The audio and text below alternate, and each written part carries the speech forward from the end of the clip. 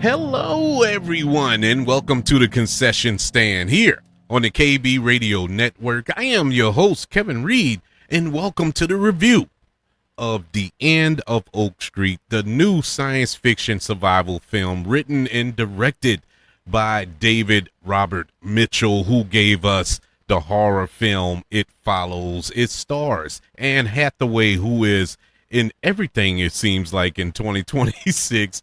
Along with her is Ewan McGregor. And in this film, they are parents in this family whose suburban neighborhood has been transported from 1982 into prehistoric times. The film is also produced by J.J. Abrams, who is the man who gave us the prequel, well, not the prequel, but the sequel trilogy in Star Wars with Force Awakens and, God forbid, the Rise of Skywalker and Alias and Lost and Mission Impossible 3 and so on and so forth. But he's producing this film, and I must say I was very, very intrigued by it for one reason, not because of the prehistoric elements or Anne Hathaway and Ewan McGregor, who are all awesome and interesting at the same time. It was because of David Robert Mitchell. Not because I think he's a horrible director, not because I think he's a great director. It was just a weird choice I felt for this film, and that's me going in blind. When I first saw the trailer, I'm like, man, I didn't see this from David Mitchell or David Robert Mitchell. I didn't see this, going from that small philosophical horror film to this big, large summer blockbuster film with dinosaurs and all this other craziness going on. And so it was just a strange departure for him. And so I was intrigued by what this film was really going to do. And so we fast forward to the release, or what the film was about to release, and we're just riding this high of Anne Hathaway-isms, her renaissance, if you will. And I'm like, okay, man, I'm excited for this, if not for anything, for Anne Hathaway, coming off of the Odyssey, which I feel is an Academy Award worthy performance there. I'm like, okay, what can she do with this kind of out the box science fiction film, where she's a mom and they're running from dinosaurs and whatnot. Man, look, let me tell you, this was probably the second most fun I had in the theater this year. The third most fun I'll have in the theater this year so far. Spider-Man and The Furious being the other two times. This was a fun summer movie, just in time to end the summer. This was everything I remember as a kid growing up, going to the movies in the summertime and just enjoying these type of films, this kind of adventure type setting, this survival setting. And it was everything I remembered from the emblem era of Steven Spielberg and his productions. And it reminded me of The Goonies. It reminded me of Back to the Future. It reminded me of E.T. It reminded me of Jurassic Park, of course. It reminded me of all of those films. This was like the perfect homage to Steven Spielberg. This was a love letter to Steven Spielberg. I don't think Spielberg has made a good love letter to himself like this. It's weird.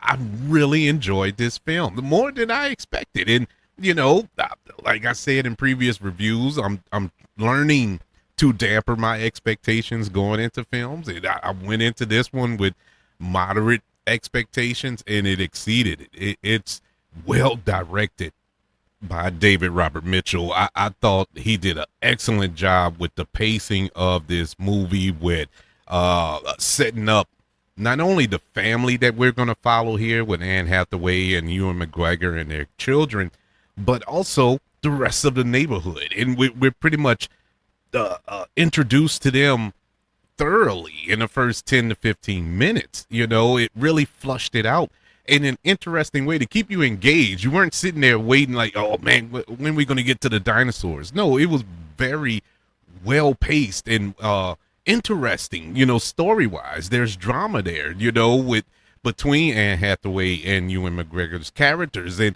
you're intrigued by that story. You're intrigued by the children's story, what's going on in their lives, the neighbors and what's going on in their lives. And it's not harped upon too long, like this was taking center stage of the story. It was just there to give you an idea of who these people are and what they're all about. That way, when they're going through the terror and mayhem that's taking place later on in this film, you feel it. You feel it for every single character. Speaking of characters, man, I got to start off with Anne Hathaway. Once again, I know I've been beating on that drum for feels like this entire review, but Anne Hathaway really impressed me here. Impressed me more here than in the Odyssey. Now, with that being said, the Odyssey was the better performance, but she impressed me more in this film. Reason being, she didn't mail this in. This wasn't a paycheck movie. This could have easily been a paycheck movie for her and Ewan McGregor, but that's not the sense I got. I thought she really gave her all. She had to carry a heavy load throughout the majority of this movie. She really is the star of this film and goes through the most interesting arc throughout the film. Once we get to the end of the film, we were following her throughout, and she did an awesome job here. The emotional moments, the angry moments, the argumental moments, everything that her character goes through, you really feel it. And I'm not going to say no other actors could have done this. Yeah, of course they probably could have, but she did a phenomenal job to whereas I believed her as this character. Ewan McGregor also was great as the husband and the father of the children. I thought he played a real supportive role, and I'm not saying that in a negative way. He is supportive in this film. He gets second billing, but he's not like the star of this movie. We're not following him. He's not the main protagonist in this movie, but he really sits there and gives a lot to all of his co-stars, especially to Anne Hathaway's character. He is there for support, no matter what it is, literally and figuratively, if you've seen the film. I thought he carried it well. The children in here were fine. They were fine. They didn't blow my socks off. They were what they were. I didn't, I'm not going to say I'm sitting back looking at them like, man, I can't see what's next for these youngsters. No, they didn't get me there, but I think they did the job, the best they could. The best they could. Michael Giacchino's score it knocked this movie out the park. It elevated this movie to a completely different level. I'll say that the score in this film probably made it 10 times better than what the film really is. Because the movie is good, but it's not great. But the score was great, which kind of makes the film, elevates the film just past that middle tier. You know what I'm saying? So I love Michael Giacchino. He is probably one of my favorite. Well, he is one of them, but he's probably inching up to be my favorite at this point. I can listen to any score that he does, composes for a film. His Spider-Man Brand New Day score was very, very interesting, the way he switched it up. So I really, really, really appreciate his work on this film. The visual effects were amazing. I'm watching this movie and I'm like, man, these are better looking. This is probably the best looking dinosaurs since Jurassic Park: The Lost World. No kidding. I really enjoyed the look of these dinosaurs. They especially historically accurate looking. You know, the raptors had feathers on them, and you know, ever since the original Jurassic Park film, uh, paleontologists and scientists of all kinds have said that okay, they were cool looking, but actually, we think that raptors had feathers because they got hollow bones or whatever. However they said it, who knows? No, who was around 60 million years ago to, to point it out accurately? But according to their studies, they had feathers on them, and they put them on these particular raptors and dinosaurs. The T-Rex looked pretty ag. I think he had feathers too. You know, all that was great looking. The I don't know what you call the thing. I'm not a paleontologist, but this big old eel spider boa constrictor, just giant thing, that was probably the freakiest looking thing in this movie. Uh, in the most terrifying looking thing in this film. Speaking of terrifying, this being the director of It Follows, the terror was there. He did that well. We know he can do that well. And he did that in spades here. I really didn't expect it to be that terrifying. This was a very scary movie at points, you know, the claustrophobic feel when our characters were trapped in a room or trapped in a car or trapped in whatever situation they were in, and these dinosaurs or creatures were trying to get in. You really felt it, you know, the way the camera was placed and the acting from our actors in those scenes were like, oh my God, what are they gonna do?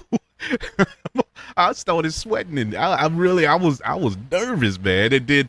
There were scenes where we saw people in the neighborhood just getting demolished by these dinosaurs, and they didn't shy away from it. You know, there's no blood and guts or anything like that, but it was close to it.